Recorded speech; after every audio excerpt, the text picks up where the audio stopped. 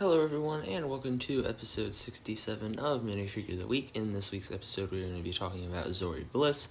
I feel like this is one of the less known minifigures that we got that is actually pretty good, especially from the sequels. Out of all those characters, I mean, a lot of the sequel characters, like the minifigs, were good. It's just people don't really like the movies, me included. But today we're going to be talking about this one, Zorii Bliss. She appeared in the final Star Wars movie. But before we begin, please make sure you do like and subscribe to help support the channel. We have a goal of 250 subscribers by the end of the year. We are currently at 105 at the time of this video being recorded, so make sure you do subscribe to help us reach that goal.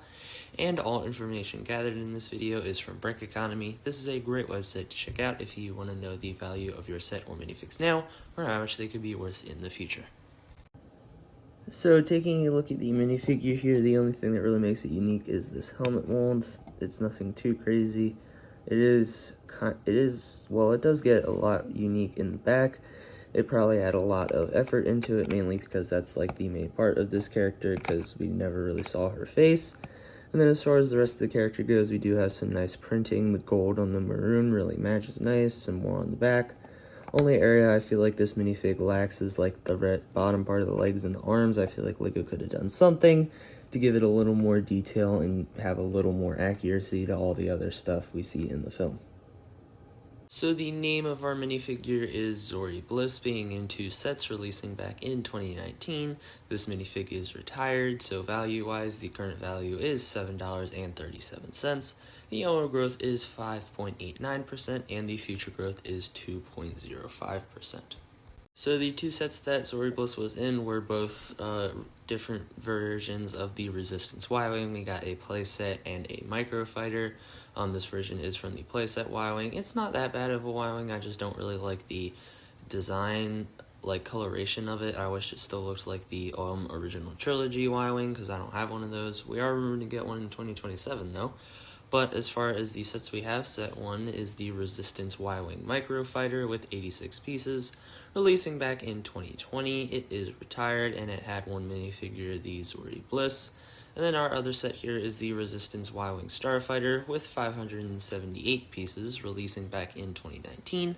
It is also retired and it had 5 minifigures, Zorii Bliss, an Astromech Droid D.O., Poe Dameron, and then a First Order Snowtrooper.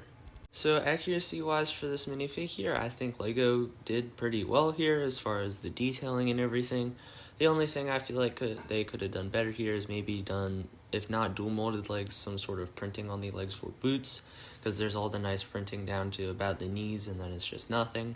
And also I feel like some sort of arm printing would have been nice on this character. I mean, obviously we can't get arm and leg printing on everything. That would cost LEGO more and the set becomes more expensive, but just in the future, if they revisit this character and want to make it the best possible, then they should do some sort of thing with the legs. Dual molded would probably work best to get the aspect of the boots, as well as arm printing to get the other gold bracelets and stuff like that incorporated into the minifig design.